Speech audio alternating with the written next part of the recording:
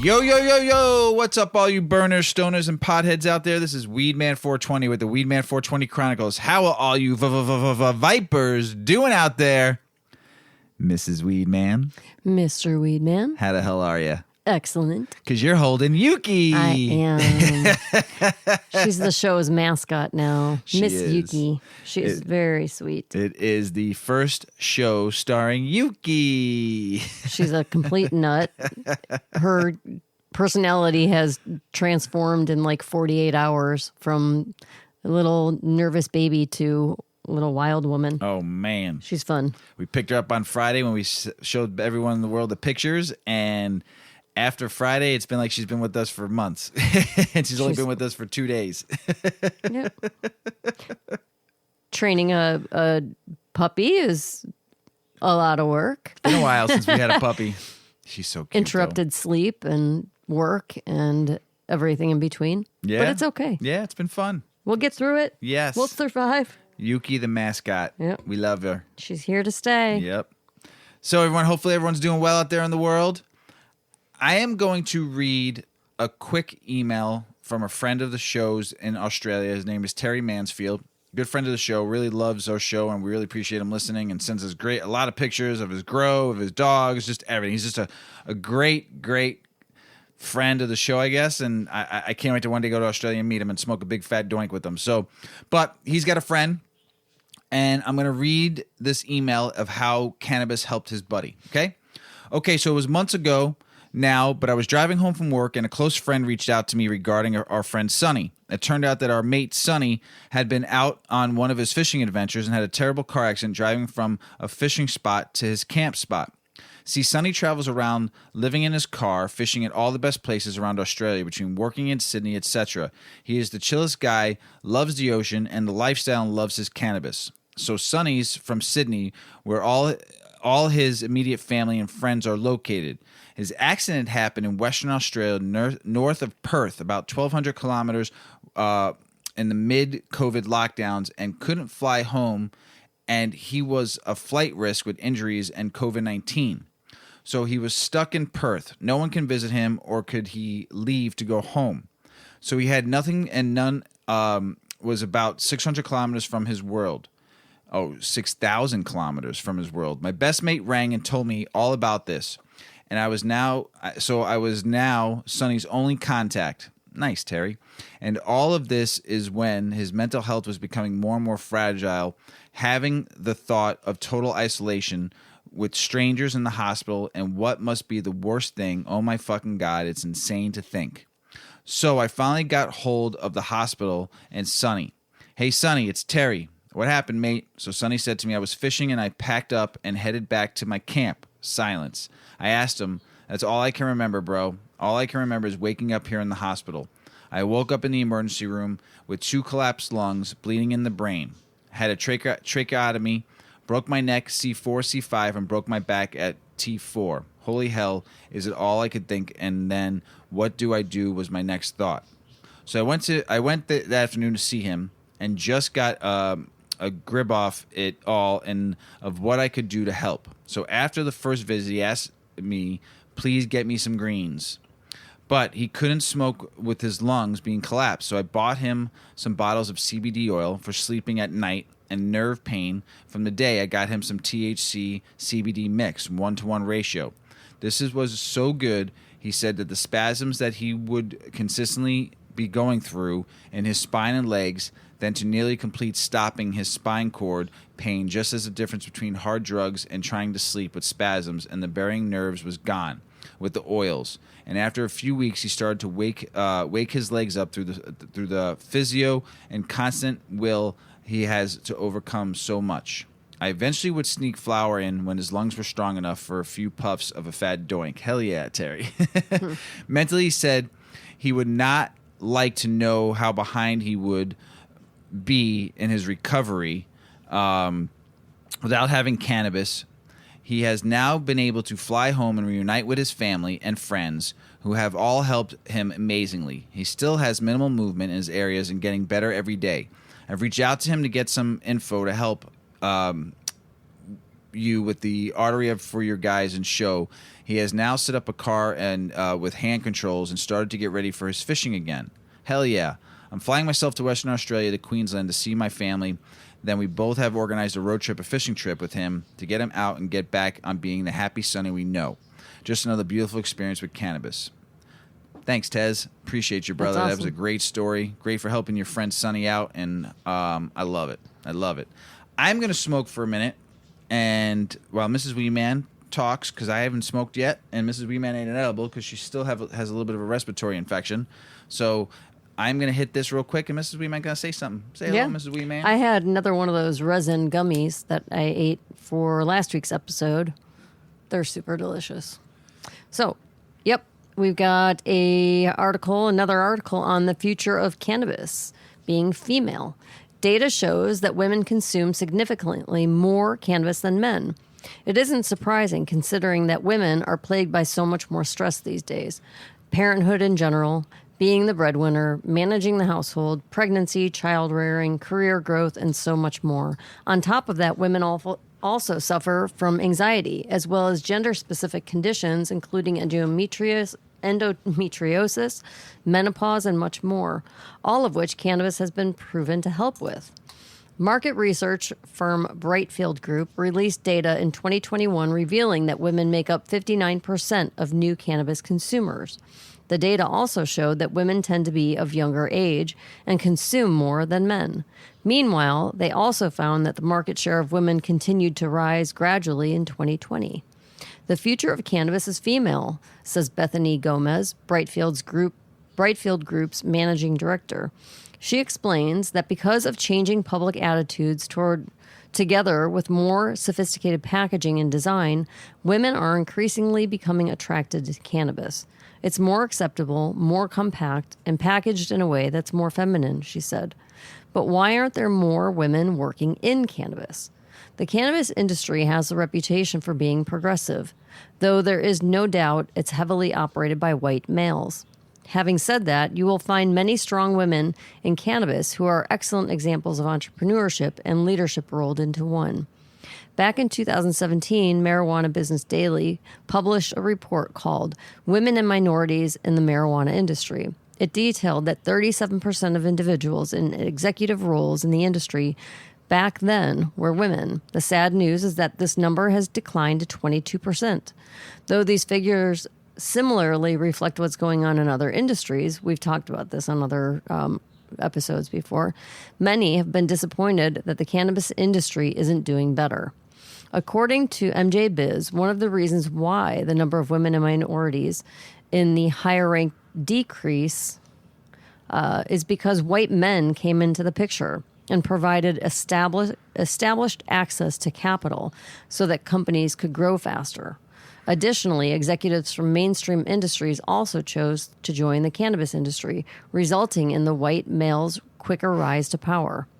Social equity initiatives and cannabis legalization are now intertwined, but there is still no magic bullet to improve the landscape, says Janelle Stelton-Holtmeyer, MJ Biz Daily Report editor. It is encouraging, however, to see new markets wanting to improve upon the programs that came before and older marketing attempts to fill the gaps that still exist. Few states provide robust data concerning ownership demographics, and those that do provide data based on different classifications. As a result, MJ Biz Daily's data team extracted a sample of data from select markets to provide a snapshot across the industry, the report said. Stelton-Holtmeyer did say that since the first report in 2017, there have been some notable improvements, such as the fact that people with previous drug convictions are no longer penalized. In the past, this was a major barrier for them to own a cannabis business. It's obvious that there needs to be more women in the rooms where big decisions on cannabis business are being made. Yet women are still criticized and stigmatized for choosing to focus on their careers.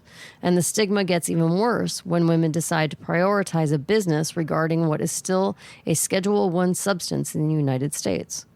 Women are required to have thick skin to navigate a male-led industry, having to hear ruthless comments about your career path you've chosen as to why and get one foot in the door. Because of this, many women are hesitant to associate themselves with THC products, and you'll find many women in CBD instead. But that doesn't mean the opportunities are limited. You just need to know where to find them and break the glass ceiling. Women have been able to enter the cannabis industry through several channels, especially in dispensaries, wellness, cultivation, cooking, and writing. But that isn't where it ends. Women still need the support of other women and have peace of mind, knowing that there is adequate business for everyone in the room. The good news is that things are changing in this aspect. It's critical and essential for the cannabis industry to be inclusive, diverse, and equal. There should be a plan in every cannabis company to ensure diversity all the way from leadership down to product. In every industry, women continually have to do the work and fight for equality while having time for family at the end of the day. No one has time for it all, but women have to prioritize what's important to them. For any cannabis business selling a product or service, remember that all types of diversity should be available. The gender gap can be closed in many aspects with the cannabis industry, especially when it comes to capital access, board representation, C-suite representation, equity ownership, and of course, equal pay. There is still much more room for improvement in all of these areas for both business owners as well as employees who want to further their careers in cannabis. We can start with pouring more money towards research designed to track changes in gender parity. It's also crucial for women in all levels to have improved access to mentorship. These are among the many changes that can be done across all levels to improve equality and access for women in the cannabis industry. It's important because women can provide tremendous value to the cannabis industry. It's no secret that women improve company culture thanks to their intuition, intelligence, empathy, and communication skills. When you put female leaders in cannabis businesses, it can only do more good.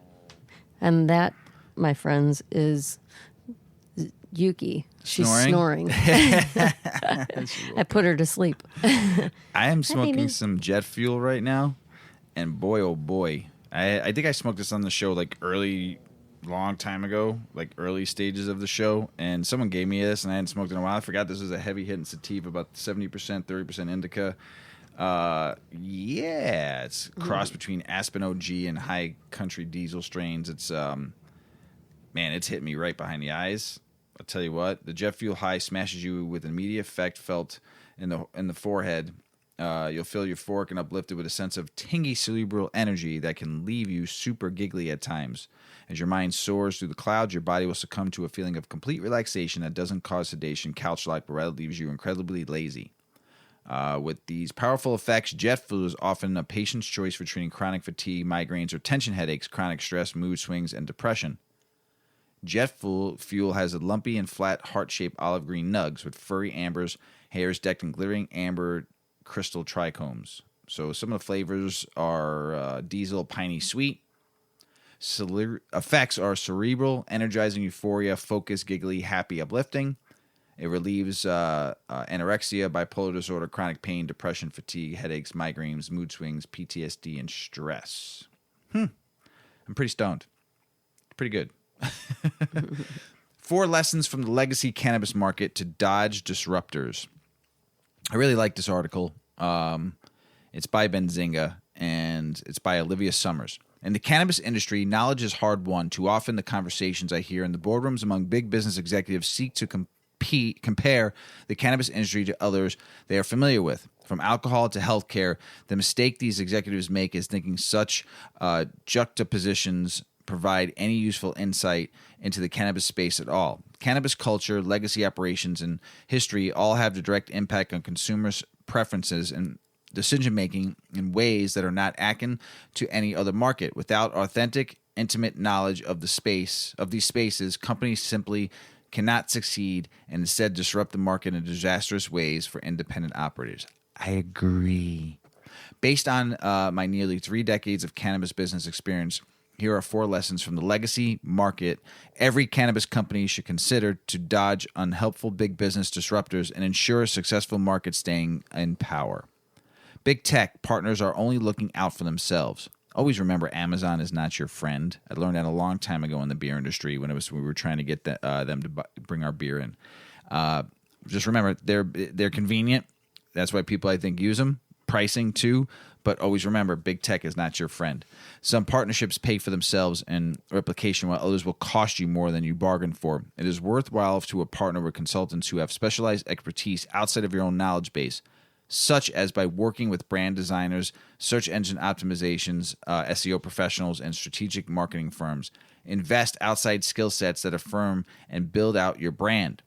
Avoid, like the plague, platforms and partners that seek to own your customer relationships like Amazon, Grubhub, and Dutchie. As I'll discuss further in depth in the next section in this article, whether it's advantageous to engage third-party sellers at all in the modern cannabis economy is ultimately questionable, and these platforms exist to take advantage of retailers that don't know better. Companies like Dutchie and others place all their financial risk on dispensaries by putting the dispensary's name, license number, and brand image on the line and providing very little in return. The dispensaries take on all the costs, legal fees, sketchy processing costs, and lose the important customer relationships they once owned.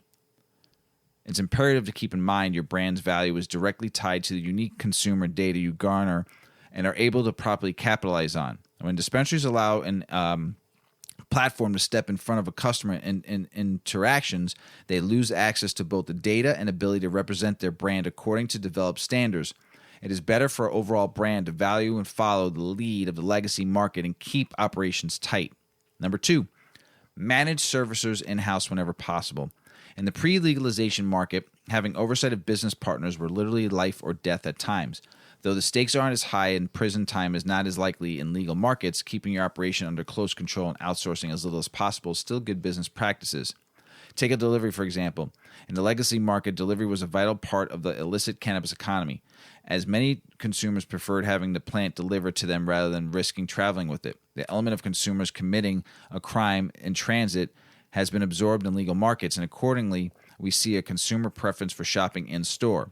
Run the numbers yourself to assess the break-even point of delivery as a viable income stream, and do not take the word of big business or tech platforms concerning margins. If you determine delivery is worthwhile, which I doubt, keep the services under the umbrella of your dispensary so you can continue to own your customers' data instead of literally paying to give it to disruptive third-party services like California operator Ease. Keeping everything at one location from cultivation to sale is also a huge and decreases overhead costs and contributes to brand value by providing opportunities for unique on-site branding and events to build consumer interaction and loyalty. We'll dive more into this article. Number 3, proprietary strains still sell. Remember the days when you would drive 4 hours to see a grower and get a specific awesome strain you can only secure from them?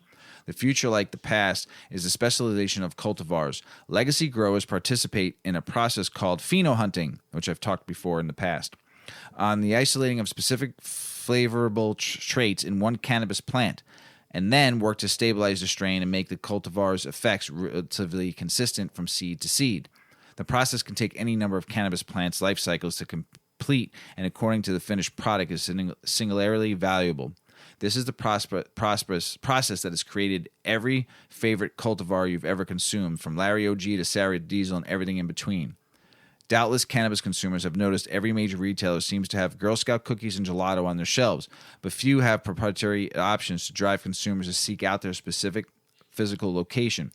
Specialization of the cultivars could even lead to the strain patenting in the coming years, and I predict those cultivators who stay true to the classic process of pheno-hunting, strain stabilization, and niche offerings will see better results than those without focus. Dodge generalizations, pursue strain specializations. I like that. Consumers want experimental purchasing. Experimental? No, I'm stoned. Sorry, I can't even see so well. Consumers want experience purchasing. How about that? Testing out the merchandise by having a complimentary sample was an integral part of the dealer-consumer experience in the pre-legalization era. Yeah, it was. I always gave a nug to somebody to try my stuff. Cannabis sales are about more than product. They're about the experience elements that accompany consumption. Data shows experience-based purchasing can help a consumer's happiness. So incorporate interaction in your sales model and consider tangible activities that can boost interaction, unlike Illinois. Open a smoking lounge if your state permits, or allot a tasting area for special events like cannabis and chocolate pairing. Consider partnering with a local business and your next door sandwich shop to encourage growth in the local economy and cross-business pollination. If you've created proprietary products and kept operations centralized, I'm so baked, as previously outlined, people would feel encouraged to travel for specialized brand products and experiences. Having activities on site will be a boon for travelers, who will then in turn help spread the word of the ways you made it worth their time and effort to make the trek. Dodge those third-party services to eliminate potential sales and branding opportunities by stepping in front of your consumer interaction. Throw out big business playbook and keep it simple, silly. Revolutionizing retail or disrupting the market have become standard phrases in the big business pitching playbook, but they don't necessarily belong in the world of cannabis. I fucking agree. Big business thinks high THC content equates to better sales. They don't have an interest in understanding the culture. Oh my God, I agree. And often look down are dismissive of cannabis consumers. For these reasons and so many more, big businesses don't get cannabis. Oh, I agree. Luckily, you have an opportunity to dodge entire trailblazing mindset. Look back to the simple things that worked well with the legacy market and amplify your modify accordingly to find success in the legal market today. Remember foremost to always protect and prioritize your relationship with your customer base. It will differentiate your brand from those disruptive big businesses that will finally never understand stoner, burner, pothead culture. Such a great article. They understand me. I haven't had a hangover in a very long time. Thank goodness. And we've talked about hangovers before on this show.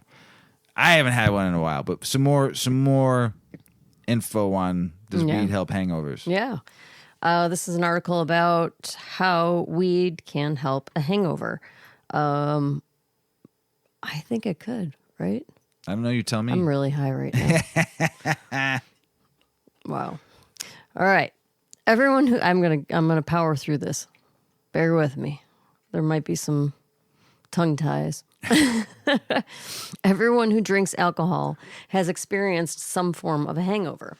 Alcohol can cause dehydration, which leads to headache and fatigue. It can also disrupt your sleep cycle, leading to insomnia or restless sleep that will only increase the symptoms of a hangover.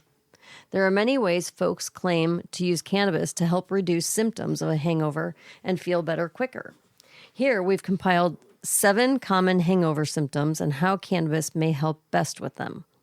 Cannabis may help reduce nausea and vomiting associated with hangovers. It may act as an antiemetic, which will help reduce nausea and vomiting. One method that tends to work well in these cases is a cannabis tincture. A tincture is a liquid extract of cannabis that you can take by mouth. You can find tinctures with varying levels of THC and CBD, so you can choose one that works best for you. Cannabis will help relax your muscles and calm nerves to ease a headache. Tension headaches are often common with it's the most common kind of headache, and they can often be exacerbated by stress. Cannabis is a well-known relaxant, and it may help ease the tension in your muscles and calm your nerves. This can help reduce the severity of a headache.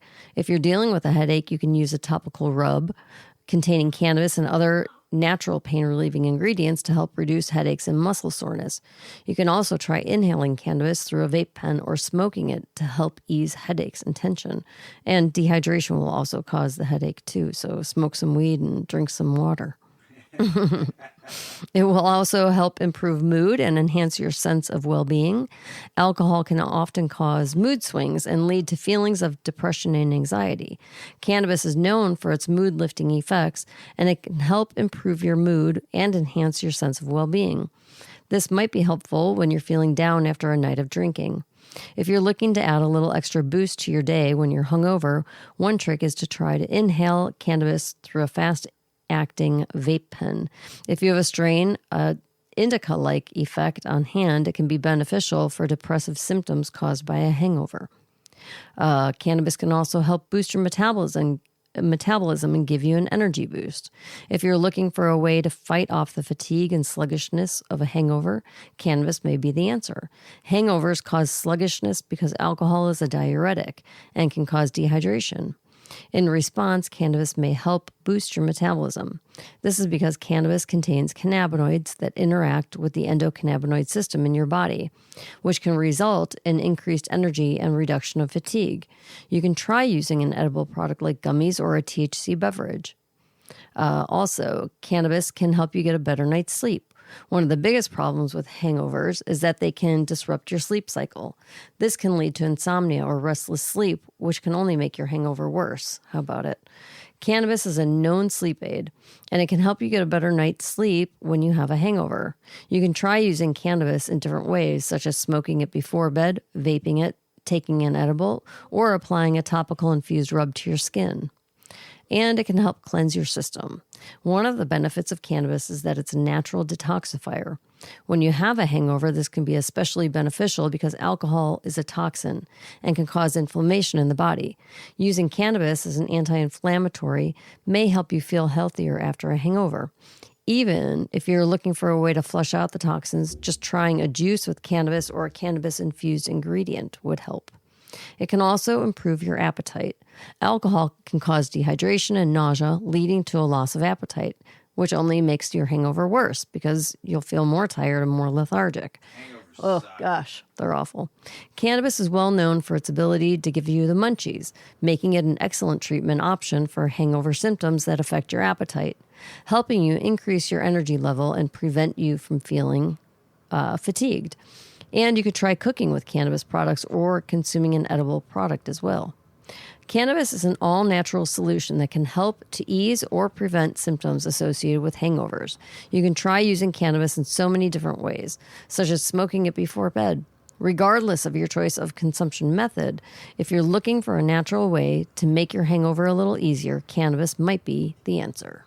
That's interesting. Yeah. Really good. Because if you consume too much cannabis while you're drinking, that creates just an awful hangover that is all of these symptoms, but the thought of even smoking is like, right. no way.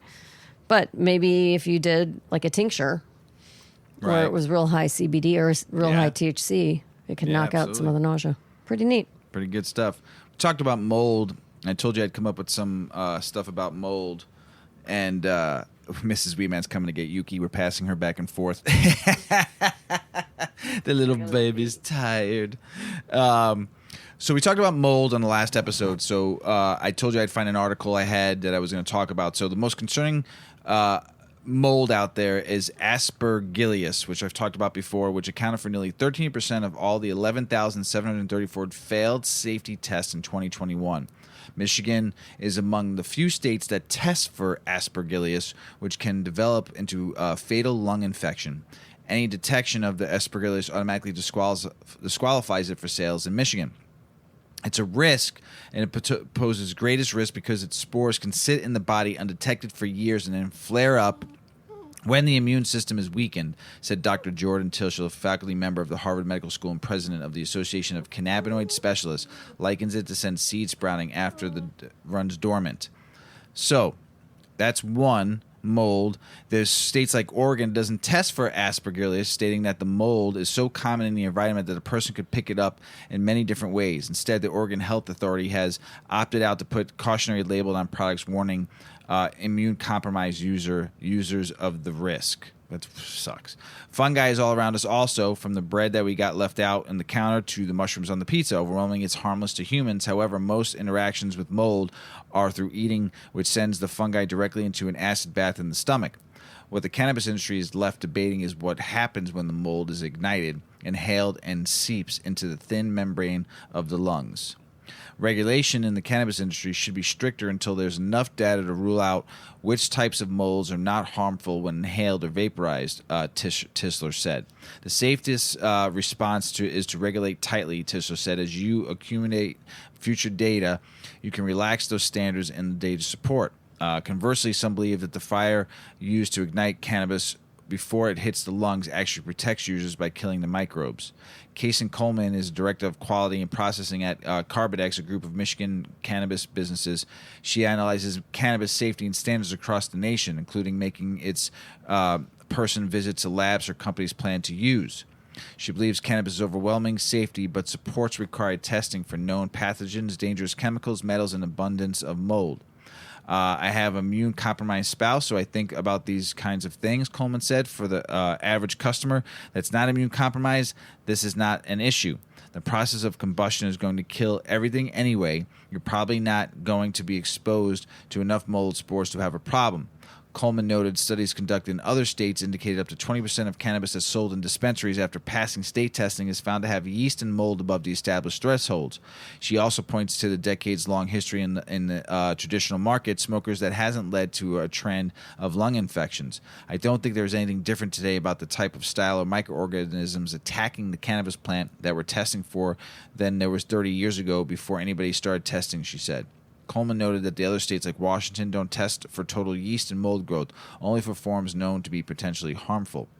They believe that the only harms are going to come from the pathogenic forms, Coleman said. I'm also in that camp. These things are not going to harm you. They may not taste good. They may not look pretty, but for the average consumer, it's pretty low risk. Mac Hyman, the quality manager at Iron Labs in Walled Lake, said lab tests for pesticides and popular fungicides used on plants that are known to be cancer-causing, but a lot of what's tested has unknown health risk. Everyone is afraid of combustion right now and how that's going to hurt you, Hyman said. I don't think there's a study of smoking the stuff versus eating it and ingesting it, which is really what needs to be researched. In 2016, an epidemiologist from the Center of Disease Control and Prevention analyzed health insurance claims from patients with fungal infections looking to test for a correlation between cannabis smokers and the severity and frequency of infection.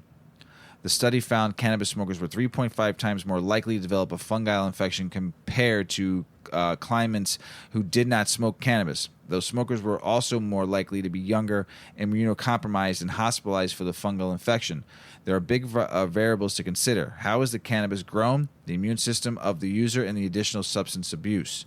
Dr. Mai-Lan King-Han, Chief of Pulmonary and Critical Care at the University of Michigan, notes that most cannabis smokers are also tobacco smokers, so it's hard to separate the effects on a true control group. Even so, there isn't much data suggesting cannabis leads to several severe effects like the lung disease, emphysema often seen in cigarette smokers, Han said. The other X factor is time. Some use may have immediate allergic reactions if they're susceptible to mold, but other contaminants like heavy metals and pesticides might go undetected by the smoker until they accumulate and become cancerous.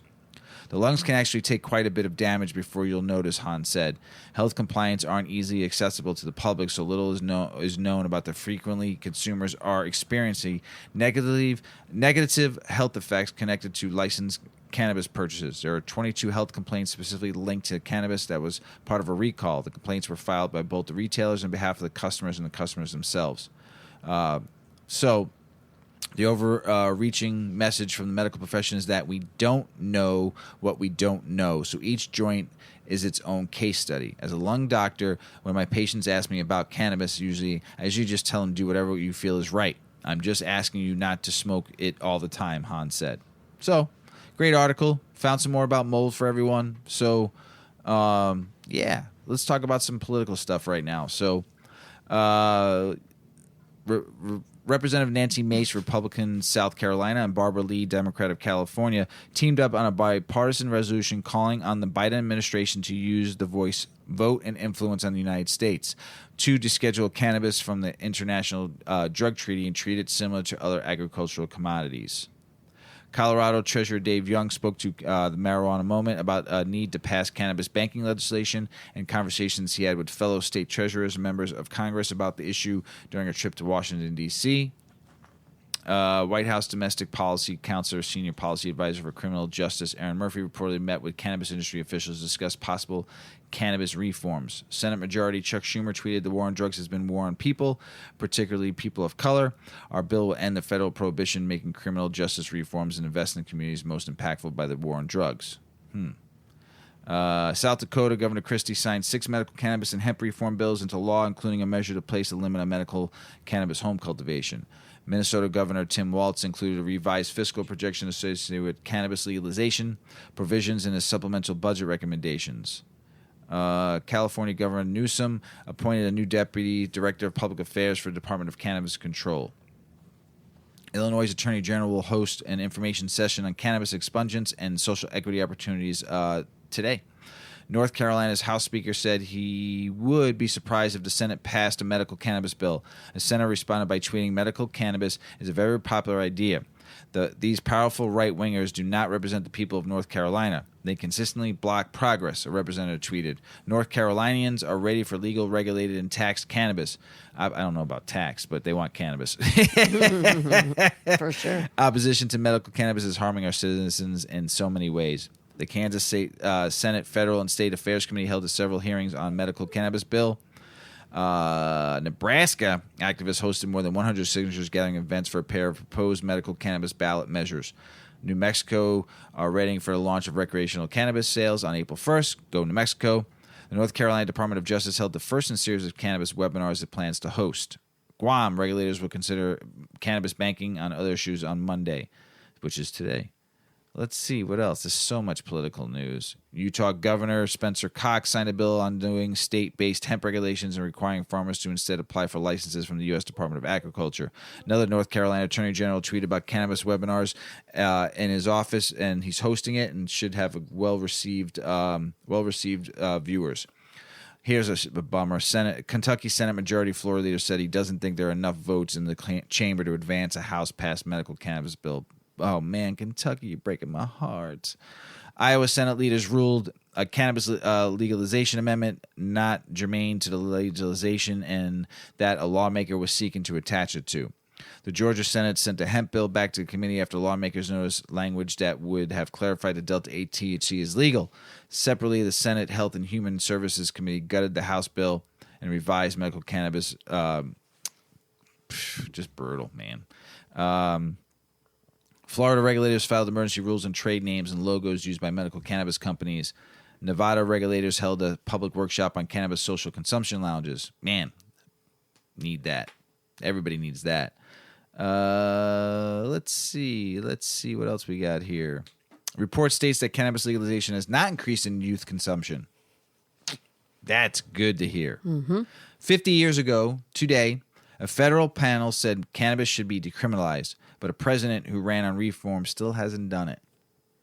It was the last Tuesday marked the 50th anniversary of federal by President Nixon, the drug on war, and really taking it to cannabis and scheduling and just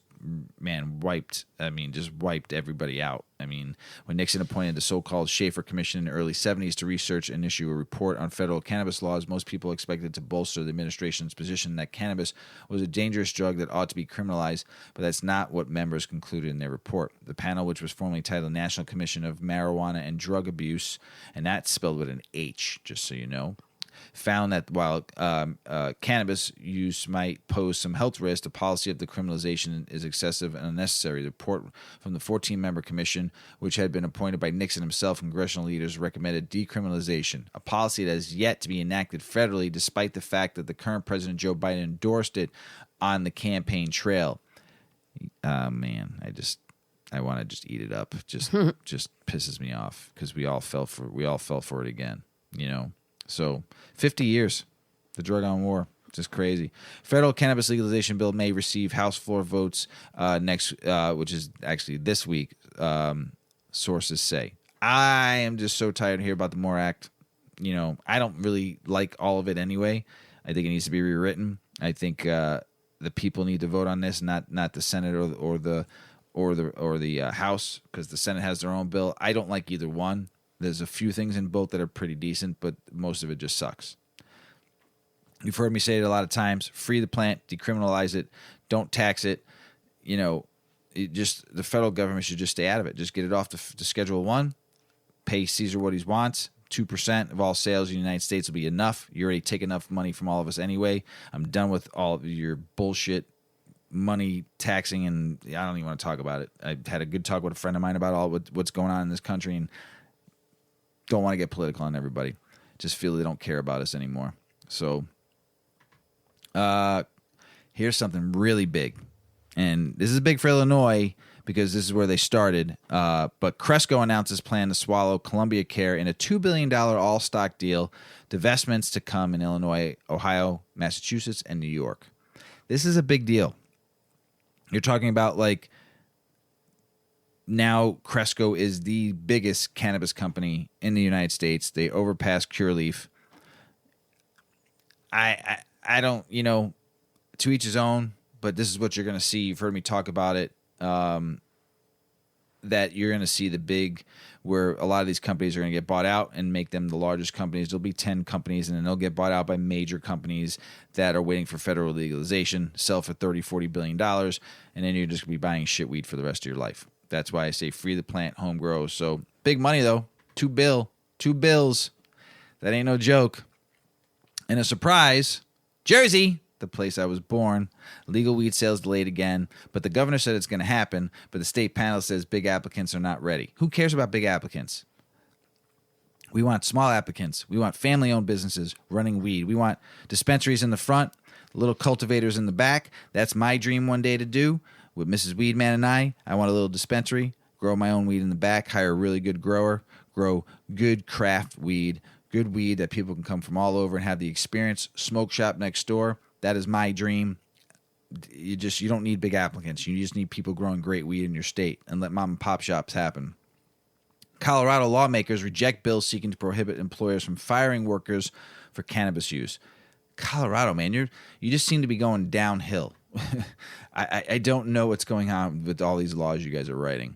Illinois lawsuit, cannabis licensing scoring favoring residents violates Constitution. Just more garbage, Illinois. It's just so sad. We can't just get anything done right. Here's something cool. Michigan, proud of you, sends $150 million in cannabis tax dollars to cities, schools, and transportation funds as official approved first social consumption site. Pretty good. Michigan, man, doing it right in a lot of ways. Some ways maybe not so, but in some ways you're doing it right. Just take care of those caregivers and they'll take care of you. Sales dip in Illinois, but high taxes boost traditional market. Taxes in Illinois for cannabis are absolutely fucking ridiculous. And eventually I knew this was going to happen 2 years into legalization, recreational, and people are tired of paying 40%, 36%, $120 for a half gram cartridge, or $130 for a full gram cartridge, and still paying $75 for eighths of weed. Is just when you go to your plug and do the traditional market and get it for $30. And it's great weed. Probably just as good as the weed you're buying at a dispensary. You don't know where it's coming from, and you don't know if it's being tested or not. But man, excuse it me, smokes everybody. the same. Yeah, it does smoke the same. I actually smoked some the other day from a friend of mine who got some really good shit from California. Oh my god, I was baked. You're a mom. I am. You're a cool ass mom. Okay. You are. Yeah. Thanks. Cool ass mom. Cool ass mom. Tell us about some momfluencers. Yeah, I got this good story about cannabis users. Yes. Mom. Yes. Well, these are 4 pro-cannabis momfluencers that you should be following right now. As cannabis prohibition has become a thing of the past in several states, more people are feeling comfortable publicly talking about their cannabis use. For parents, however, this can be tricky. Even in parts of the country where cannabis is legal, the stigma around parents using cannabis persists, especially for women. But now more than ever, many women are breaking down stigmas and proudly showing that being a great mom and enjoying a toke are not mutually exclusive. In honor of Women's History Month, Green State is celebrating the trailblazing moms who are getting real about cannabis use on social media. Here are top cannabis-loving momfluencers who we're following right now. Number 1, Shanitria Anthony. Her handle is Blunt Blowin' Mama. And Sharita Anthony, her account is all about normalizing cannabis use for moms.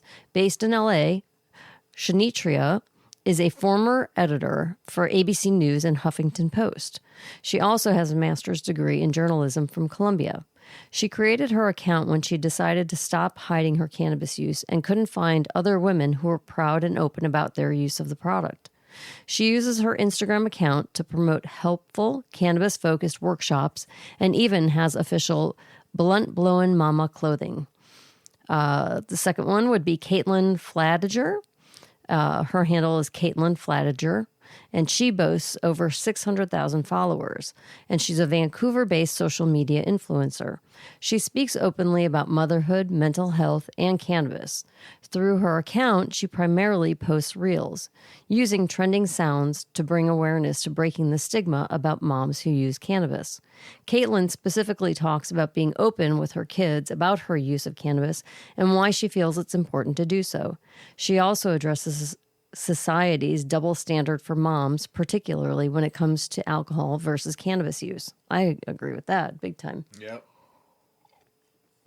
Ooh, water. It's a double standard. It's like you can joke, moms can wear a shirt that picking up their kids from school, it says it's wine o'clock somewhere, right? Implying that they would really like to have a drink at any time. Yeah. But if you had even the picture, an image of a blunt or, a bud on your shirt, oh, forget it. Yeah, ripped right? up. Yeah. Anyway, there is definitely a double standard. Number 3, Rachel Birkin, and her handle is Smoke Sip Savor. Rachel Birkin is a proud cannabis user with a background in culinary and hospitality. She normalizes cannabis use by sharing infused food and drink recipes that will appeal to just about everyone. In 2016, Rachel and her chef brother even co-founded a culinary cannabis hospitality and events company called Altered Plates. They've since worked alongside some of the biggest cannabis brands. Rachel and her family live in Los Angeles. 4 is Christina Cassidy Forbrich. Her handle is the Concierge. Christina Cassidy Forbrich's account provides advocacy and education for women, seniors, and those who are new to the world of cannabis. She destigmatizes cannabis use through her posts and offers consultation services virtually. She even hosts events for like-minded moms, like her Women's Weed Nights and Weed Weekend, but plug a D in there because I can't say it, retreats in the San Diego area. Through these events, she teaches about the latest cannabis research. She leads nature excursions and provides a place for women to bond over their cannabis use. Pretty cool. Pretty cool, moms. Check them out. Moms. Moms. Women's History Month. Love it. Mm-hmm. Charlotte's Web enters UK CBD market. Going overseas. Good for you, Charlotte's Web. How the cannabis industry is showing up for those in need in Ukraine. Oh, I forgot to mention this is international news. Sorry, everybody. I'm stoned. How the cannabis industry is showing up for those in need in Ukraine. Sitting this one out is not an option. As the war in Ukraine carries on, much of the free world is standing behind the country and its leaders and its citizens and military battle Russians' aggression. Their way of life, their livelihoods, their culture, and the people are being wiped out. Their independence is at stake. We've seen industries from all corners of the world band together to show their support in various ways. Even the people of Russia who are getting arrested walking the streets. Let's not forget about them also. I don't believe that all of Russia wants this war happening right now. So I don't believe the Russian people are bad at all. Don't forget that. I don't think they want this. They're standing for and getting arrested and laying their own lives on the line to help Ukraine in the way they can. So let's not forget about them either. And it's no surprise that cannabis community has rallied around the cause. And like other industries having supply chain disruptions due to the war, the cannabis industry in the U.S. is mostly unscathed. But that doesn't mean it's untouched. Here, leaders of 3 California-based companies talk to Green Entrepreneur and about how they're hoping to helping the people of Ukraine and why it's so important right now. From San Francisco dispensaries to sunflowers, Misha Berberg takes the Russian invasion of Ukraine personally. The horror he feels as he watches his hometown of Odessa being blown to smithereens is almost too great as the CEO of San Francisco MediThrive dispensary. And as a Ukraine American, he was more than motivated to find a way to help out. War veterans helping feed Ukraine. Veterans own and operate cannabis manufacturing company, Hemland Valley Growers, already donated 100% of their profits to a good cause, veterans. But for now, until at least at the end of April, they're donating proceeds to the Jose Andres led World Central Kitchen, which has been on the ground feeding refugees from both Ukraine and Poland. Helping the most marginalized communities, Lime, a cannabis manufacturer in California, has decided to donate a portion of their March sales to Hope for Ukraine, a nonprofit organization dedicated to serving Ukraine's most vulnerable citizens. Well, God bless everybody out there that's helping everybody in the world. I mean, just need to pray for peace and love and put down your arms, and this is just ridiculous. Watching people die in the streets that, whether you know them or not, just people around the world are dying. They're fighting for their freedoms, and, sometimes it's just hard to watch. The Isle of Man, which I didn't even know where it was at, but it's just off Great Britain and the UK, and the Isle of Man Medicinal Cannabis Complex, $100 million complex. It's pretty big. It's pretty legit. The BBC reported that $100 million complex of the Isle of Man to grow and export medicinal cannabis could be a game-changing. The firm behind the scheme has said. So good for them. It's pretty big. Is it the entire island? No, it's just this island. It's just part of this island, but it's a big island. I didn't even know where it was at. But it looks beautiful from the pictures I was looking at. Japan sees record number of people involved in cannabis crimes last year. Nearly double the rate of people in Japan were involved in cannabis-related criminal cases compared to last year, a record for the country where 70% of offenders are in their 20s or younger. Japan saw a record of 5,482 people involved in cannabis-related criminal cases last year, an increase of 448 the previous year, with 70% of the offenders in the 20s or younger. Overall, 5.6 individuals per 100,000 people were involved in cannabis-related offenses in 2021, which is nearly double the 3.0 rate in 2017. Crazy. It's just crazy to me it's not even legal. Japan's Cannabis Control Act criminalizes the import, export, or cultivation of cannabis, and simple possession carries a sentence of up to 5 years. 5 years. It's just weird.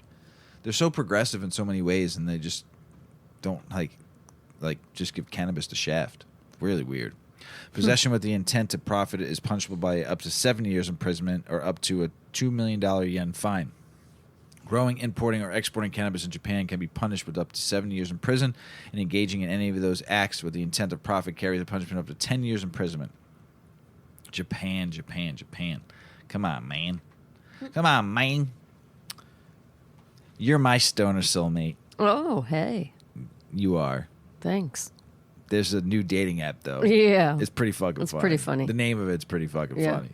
Tell them about it, Mrs. Weedman. Okay, meet your stoner soulmate on this new dating app. Get ready, singles. Weed lovers unite and meet smokeandpoke.com. That's right, ladies and gentlemen. It's so smokeandpoke.com. Yes, this is a dating website for enthusiasts to connect and build relationships. Do I sound like an infomercial? If you like to consume cannabis... It was actually pretty good. They should Wait, hire I'm not you. done. Hold on. Oh, that's it. Start I again. lost my mojo. You could do it again. Okay. If you like to consume cannabis, everything gets a little bit more complicated on traditional dating apps. It can be difficult to find other pot smokers on sites like Tinder and Match because of the stigma still associated with cannabis, says Jim Train. I'm sure he said it just like that. He's the vice president of Smoke and Poke. He was probably just cracking up. Smoke and Poke. Smoke and Poke, ladies and gentlemen. Oh, my God. That's why we developed Smoke and Poke. .com. The launch of the site follows in the wake of a growing body of evidence proving love and cannabis are a perfect match, and helps destigmatize the negative connotation cannabis still carries on traditional dating sites. Cannabis users can seek out like-minded people on our site, using their appreciation for cannabis as a gateway to a relationship. They can hang out safely from the comforts of their own home. So, according to a recent poll, 55 million Americans use cannabis. Just a few. That is 22% of the United States population. So, for any of you people that are like, oh, I don't know anyone who smokes pot, well, you get to know your people better. Because you know people who smoke pot. And send them the smoke I guarantee. And poke. The smoke and poke. That number only increased during the pandemic when cannabis use skyrocketed. Furthermore, recent studies have shown that cannabis can increase sexual libido. Get ready, people. Increase intimacy and act as an aphrodisiac. Esteemed Dr. Michael Eisenberg from Stanford University took a more clinical look into cannabis use and sex. He gathered data from the U.S. government's National Survey of Family Growth and found that the more people smoked cannabis, the more success they had between the sheets. Hey. Hey, ho. Additionally, a recent study concluded that women who use cannabis more often have better sex. In fact, the study said increased cannabis use was associated with improved sexual desire, arousal, orgasm, and overall satisfaction. How's that for a sales pitch? I don't know. Smoke and weed. poke. Smoke and poke. .com allows people to sign up for a free account and conduct an advanced search for weed lovers in their area. They can filter between sexual preference, gender, age, and location. They can also toggle between users who currently are online or not with verified photos on their profile. They can communicate through chat, text, video chatting, or live streaming. People have been living more 420-friendly lifestyles. Smokeandpoke.com is perfect for people who puff, pass and would like to do so with a special someone. We're the Cupids of cannabis, adds Jim Train. Jim, you're funny. I want to see Jim. And that's Train with an E, in case you were wondering. An E? Yes. So check it out if you're single. Smoke and poke. I thought it was funny as hell. That when is I so sent you funny. That article. I was like, "Oh, we gotta talk about." That's pretty funny. We're not sponsored by these guys. I mean, with that nothing. name, it was it's obviously funny as fuck. Smoke and poke is brilliant. It had to be done with a sense of humor. Oh gosh, Come on, yes. smoke and poke. Fucking been laughing about That's this funny. since I read the article. That's great. So check it out. After his mother accidentally served his weed brownies at a senior center, it's pretty. I'm pretty bummed about this guy. What happened to this guy? A South Dakota man has spent time in jail after his mother mistakenly served his weed brownies to senior citizens at a local community center. Shoot. I know. The Associated Press reports Michael Coranda, 46, has been ordered to spend 60 days in jail after pleading guilty to a felony drug charge. Additionally, South Dakota, this guy should not even be in trouble right now because you passed laws and you... Anyway, additionally, Coranda will have to complete 2 years of probation, pay more than $3,400 in court cost and restitution, and write an apology letter to the seniors who got sick from eating his weed brownies. How'd they get sick? Did they eat like 5 brownies each or something? You know, how strong did he make these brownies? After his sentencing, Coranda, who recently resigned from his role as a music teacher at the Bon Home School District, which sucks, he lost his job over it too, maintained that he didn't intend for anyone to eat the pot-infused brownies his mother accidentally brought to his senior center. I'm really sorry, he told the judge. This impacted so many in the community, and I'm sorry for that. So many people got sick, and this wasn't my intention for this to happen. As previously reported, Coranda was arrested on January 5th for possession of controlled substance after police received several calls about possible poisoning at the Tabor Community Center. After speaking with several of the affected seniors, authorities discovered that they had all eaten brownies brought by Michael's mother, Irene Coranda. Coranda admitted to the law enforcement that he bought THC butter back from a recent visit to Colorado. After making the brownies, Coranda alleges he went to bed, at which point his mother unwillingly took the brownies to her card game at the community. Man, what a fun game of cards that probably was. Michael admitted to bringing 1 pound of THC butter to make the pan of brownies. 1 pound. Oh, jeez, that's a lot of butter for one batch of brownies. And then went to bed. And his mother unknowingly took the brownies to the card game where several people ate them and started floating in the air and throwing cards on the ground. No, it doesn't say that. Sorry. Police said Michael said remaining half pound of butter was still in his house. So he put a half pound of butter in there. So at least this guy admitted it. You know, and didn't try to hide it and say, I don't know what the hell you're talking about. I don't know what my mother did with those brownies. You know, blamed it on her, and next thing she's in jail. Right. You know, but I feel bad for the guy because South Dakota is medical or almost medical, and it should have been recreational too because the voters voted for both. So this guy shouldn't be in any trouble at all. Right. In some ways. In some ways. Right. I mean, the old people floating in the fucking center was having some fun. It'd be kind of an entertaining party to be part of. Yes, probably really funny. What's going on here? Well, Michael, we feel bad for you. Hopefully your mom's okay and all the people that ate those. They probably want more brownies. going, that was the best feeling I ever had. Give me some more of those brownies, missus. Oh, man. Well, Yuki did really well for her first. She. I know. Yuki did very well for her first show. She's actually sleeping. Yeah, she was having puppy dreams a little bit ago. Puppy dreams. So I'd also like to dedicate this show to a very good friend of mine who passed away, my mentor, coach, and guide for the last 8 years in a lot of ways. His name was, we called him JD. So JD, rest in peace. Hopefully you're smoking some big fat joints, drinking a shot of tequila and some Coors Banquet. We'll miss you terribly. I'm going to miss my couple of times a month talking with you, brother. To you and your family, God bless your soul, and rest in peace, my friend. Oh, you'll be missed always in my heart. Mrs. Weedman, you got anything else to say? No. Rest in peace, JD. Rest in peace. Hey, everyone out in the world, we love you all. Hopefully you're smoking some big fat doinks out there in the world of weed. Don't forget to check us out on all our social media handles. Weedman 420 Chronicles on Instagram, Weedman 420 Pod and Talk to Dovboy on Twitter, Weedman 420 Chronicles on TikTok, Weedman 420 Space Chronicles YouTube channel. Check it out if you haven't seen it yet. It's pretty funny. We love it. Email Weedman420Chronicles@gmail.com. We got some big things coming up, folks. Get ready. As Paulie always says, smoke smart. Puff, puffing away. Puff, puff, pass.